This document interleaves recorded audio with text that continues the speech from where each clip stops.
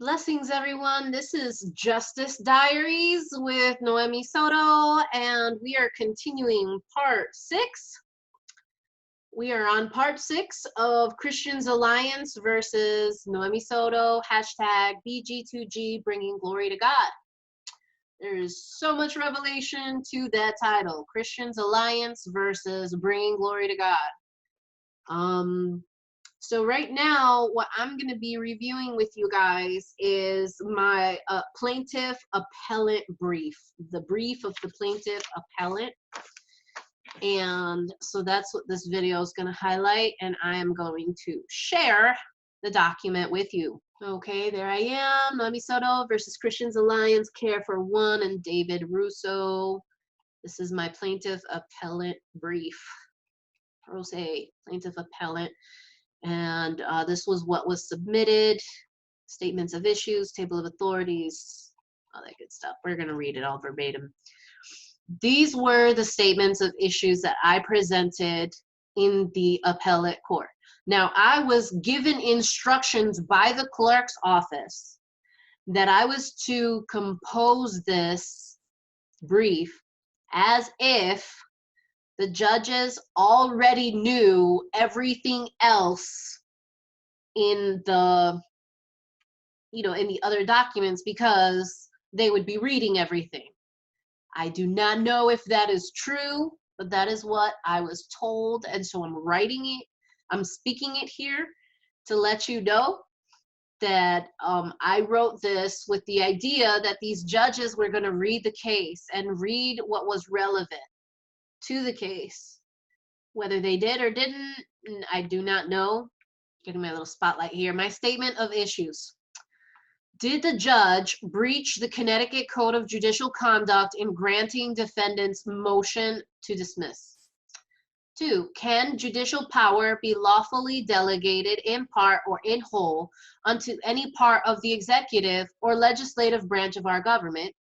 And 3, can an administrative remedy under the executive branch have primary remedial jurisdiction on judicial branch matters?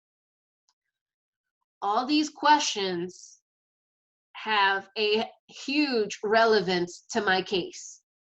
And the fact that the appellate court of Connecticut, the 3 judges that ruled, they basically affirmed judgment and they gave absolutely no explanation whatsoever, is really shady and disgusting for a judge to do. A judge is a position of public trust, and the facts, and I kind of understand why they don't want to judge. So this one right here, did the judge breach the code of conduct of judicial conduct? In granting, they don't want to judge their buddy judge, right? So this is that gang mentality of, people in government, judges helping other judges and police officers helping other police officers. One gets in trouble and a brood of gang thugs, these, public officials brood together like vipers, against what is right. They didn't want to rule. They didn't want to answer this question. I thought that because I, preceded this appellate, that these questions were going to be answered, and these judges did not answer anything, nothing. They completely ignored it. The second question here, can judicial power be lawfully delegated in part, is because the administrative remedy that the Superior Court declared, had primary jurisdiction is under the executive branch, and that's why I asked them, I questioned that this authority, could have supremacy. It doesn't. I questioned that severely, and they didn't want to answer that. And then question 3, can an administrative remedy under the executive branch have primary jurisdiction? Again, these 2 questions basically address the reason why the original judge did not want to hear my case. So that's the table of contents. Statement of preceding facts. On December 5th, 2017, pro se plaintiff, that is me, applied to the Superior Court, Judicial District Middletown for redress of grievance against the defendants for disparate treatment regarding their decline of employment.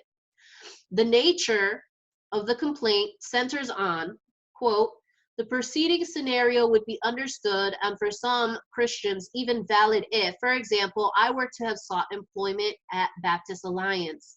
Because traditional Baptist doctrines include very strong bias sentiments against women in position of authority, of which I am, but with all due respect to the Baptist dogma, I sought employment at Christians Alliance, and my position of authority with BG2G would not be a problem with other Christian denominations.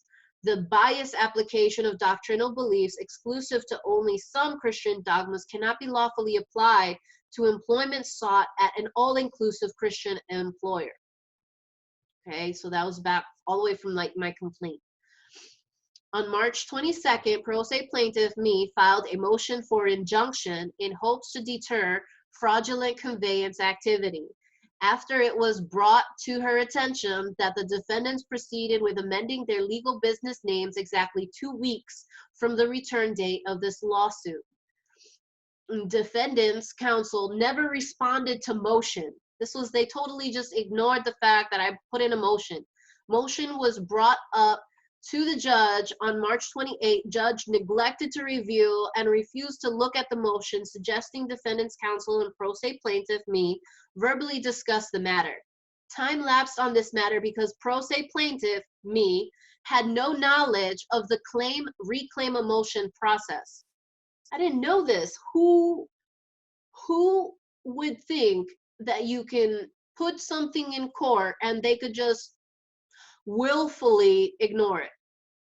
You know, I was waiting for the defendant to respond in some way. They just flat out ignored and assumed that a responding licensed professional attorney, after having been notified of a motion in court, was obligated to respond to the motion with the court, but they're not. So everybody, all you pro se litigants out there, know what the reclaim a motion process is, please, so you don't time lapse on your motions simply because assholes don't want to reply or do their job. On March 28, 2018, the scheduling order was accepted by the court. Email correspondence between defendants counsel and plaintiff were exchanged with special interest was communicated regarding dates and associated with dispositive motions. By June 26, both defendants counsel and plaintiff me submitted dispositive motions along with memorandums of law and support. Defendant counsel submitted a motion to dismiss. Pro se submitted motion to summary judgment. Pro se plaintiff memorandum of law in opposition was submitted July 6th with a bona fide legal question that was also emphasized and reiterated verbatim to the judge at the oral argument hearing. Judgment of dismissal was granted in favor of defendant August 22nd. Judgment of dismissal deliberately failed to encompass a conclusion to each claim of law raised by all parties. You know, the appeal process was initiated. I feel like I should have said, like, basically judgment of dismissal, like, only I was ignored. He did raise the claim or whatever, but only to one side of the argument, you know. Argument.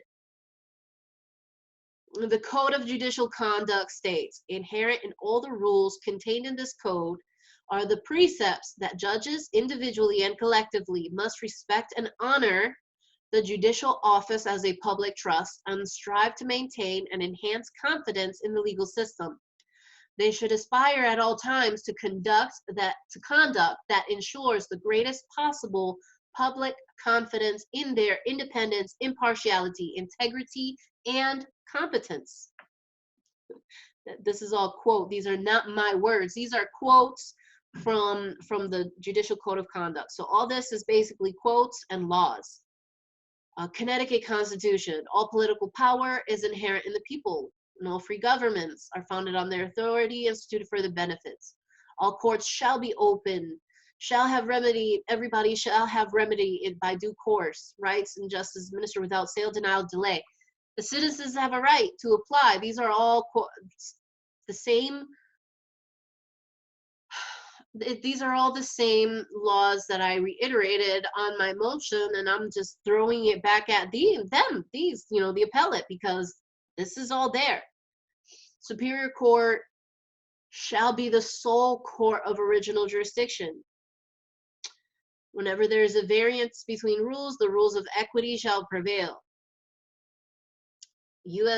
Connecticut Supreme Court rule: a court does not truly lack subject matter jurisdiction if it has competence to entertain the action before it.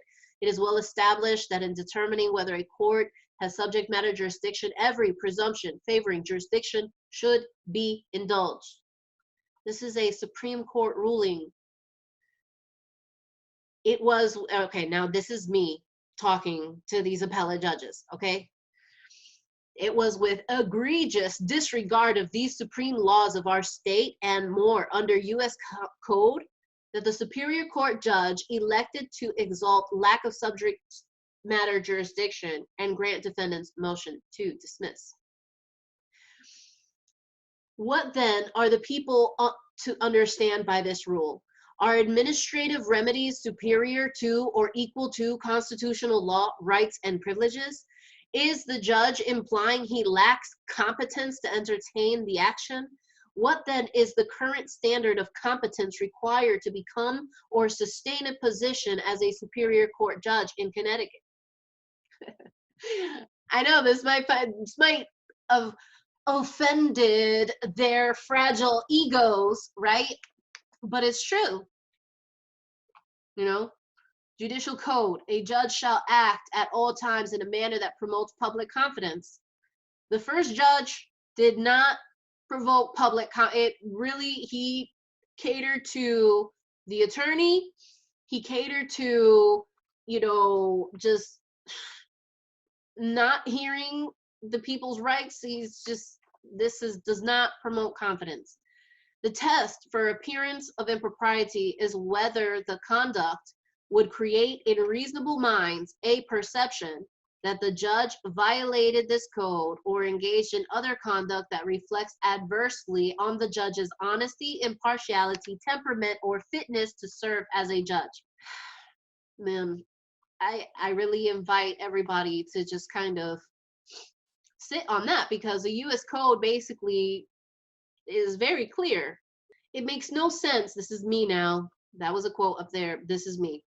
It makes no sense to this pro se plaintiff appellant how judicial power in its governmental prestige, right? Because we do hold judges at a prestigious level. This governmental prestige, reputation of wisdom, delegated power, authority, and grandeur can be rendered impotent by trivial matters of law or technicalities such as what led to this appeal. Or was this a crime of omission, a color of law violation? These are all legal terms. I'm not going to go into them, but basically, it's when people with power or titles of power like judge, governor, police, are corrupt. They don't do their job on purpose, or they do a bad job on purpose, or they do some corrupt or illegal thing, leveraging their power or their color of law. Can a judge be so haughty in their position of power that without fear of consequence or retribution, they can, with discrimination, deny and thus delay justice on a U.S. citizen? Can judicial authority, without fear of consequence or retribution, decide with discrimination, pick and choose whom they will serve? Can a judge who has preferential allegiance with lawyers serve honorably in a public office? These are all serious questions. Like, if I could have put all these questions in my statement of issues, I really wanted to, but it was advisable to keep the statement of issues brief or minimum, because then they would have thought that it was just too much or something. I don't know. But I would really love a judge to answer all these questions, because this is what I saw take place in my case. Taking into consideration that I am a pro se appellant, and the fact that I do not fully understand the differential concepts of the standard of review, and to my understanding, the standard of review I believe the court should apply is abuse of discretion. So these were things that I had to study in order to prep this whole appellate thing. Abuse of discretion. So was judgment rendered in compliance with Connecticut Code of Judicial Conduct? And was judgment rendered in fulfillment to the judicial oath of office according to law and in support of the Constitution of the United States and the Constitution of the state of Connecticut? So basically, what I'm asking the appellate judges to do is to review the case to see if abuse of discretion, discretionary power on the first judge was evident, which I believe it is. And the fact that they didn't want to answer, was judgment rendered in compliance to the code? No, it wasn't.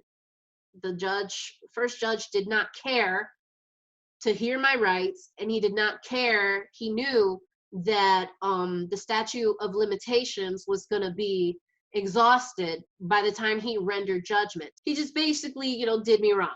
And was the judgment rendered in fulfillment of his judicial oath according to law, constitutional law, and everything constitutional was saying that he had jurisdiction, he had the authority to take the case, that he had all of it. And so, my right to be heard, to address that court, all these constitutional provisions were there. And I, informed the judge of all of that. And yet the judge uses discretion to dismiss my case. So pursuant to Connecticut practice books, the judicial authority's final judgment failed to encompass a conclusion. That was what I read earlier about, a judgment has to encompass each claim of law raised by all parties. But the judge did not raise any conclusion to anything I said. He only addressed what the lawyer said. So he failed to encompass a conclusion to the claim of law of my, what I raised up in my memorandum of law in opposition. The statement of issues number 2 and 3 of this appeal are an amended representation of legal matter presented by me to the trial court. The standard of review the court should apply on referenced issue is de novo. De novo basically means redo it anew. So they were supposed to read the motion to dismiss and the motion, my memorandum of law in opposition. And what the appellate court was supposed to do is basically render a judgment reading the facts de novo, anew, like from the beginning kind of thing. Like if they were to be a judge, would they conclude the same way? And that's what de novo means. So conclusion and statement of relief. So this is my statement of relief. I am not alone with the questions and sentiments contained herein.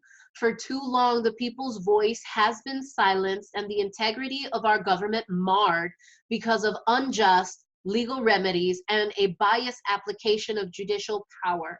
For this reason, pro se plaintiff prays that the court provide an answer to the legal questions listed under this appeals statement of issues. Pursuant to the Connecticut Constitution, Article 1st, pro se plaintiff also prays this court will put a stop to the further denial and delay of justice on plaintiff's complaint and consider rendering a judgment on plaintiff's summary judgment submitted on 6/26. So basically, my statement of relief is I wanted the appellate court to answer the 3 questions, the statement of issues, the 3 questions I asked. And I also wanted them to consider submitting a judgment on the summary judgment. That was my appeal to the appellate court in Connecticut. Next segment, I'm going to discuss what the other attorney wrote.